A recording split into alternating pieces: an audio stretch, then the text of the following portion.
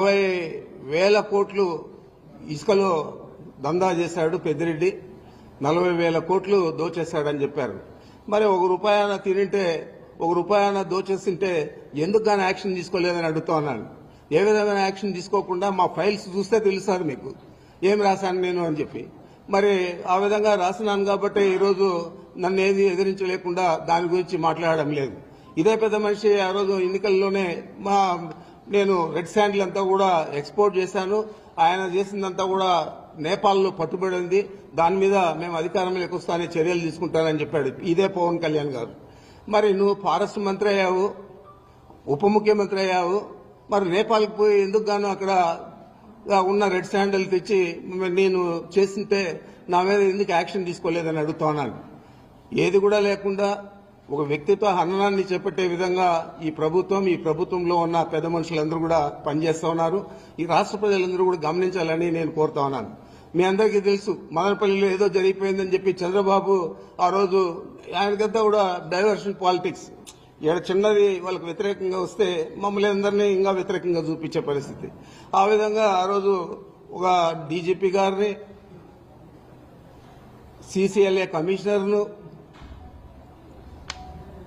మా సిఐడికి సంబంధించిన అడిషనల్ డీజీపీని ముగ్గురిని కూడా ఆయన హెలికాప్టర్ ఇచ్చి మదనపల్లిలో ప్రపంచమంతా పడిపోయిందని చెప్పి అక్కడికి పంపించి మొత్తం కూడా చేశారు. మరి ఈరోజు 9 నెలలు అవుతా ఉంది. మేమేదైనా తప్పు చేస్తుంటే ఎందుకు కానీ మీరు యాక్షన్ తీసుకోలేదని అడుగుతా ఉన్నాను.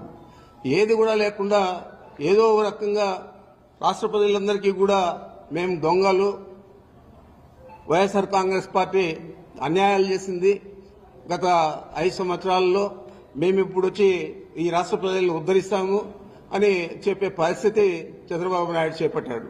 నేను ఒకటే అడుగుతా ఉన్నాను, అయ్యా నువ్వు అన్ని హామీలు ఇచ్చావు, అబద్దం మీద అబద్దం చెప్పావు, అబద్దం చెప్పకుండా చెప్పావు, మరి ఇన్ని సూపర్ 6 అన్నావు, సూపర్ 7 అన్నావు, మరి నిన్నటి పరిస్థితి ఏంది అని అడుగుతా ఉన్నాను.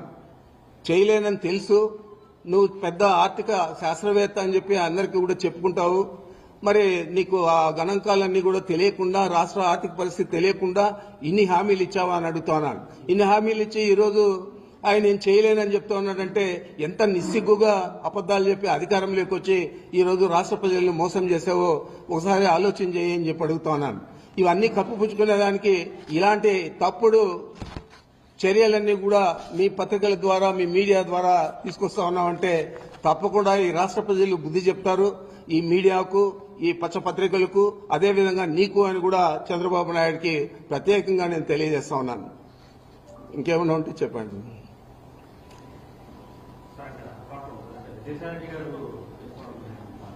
అదే ఆయన సొంత విషయం, మనకేం సంబంధం.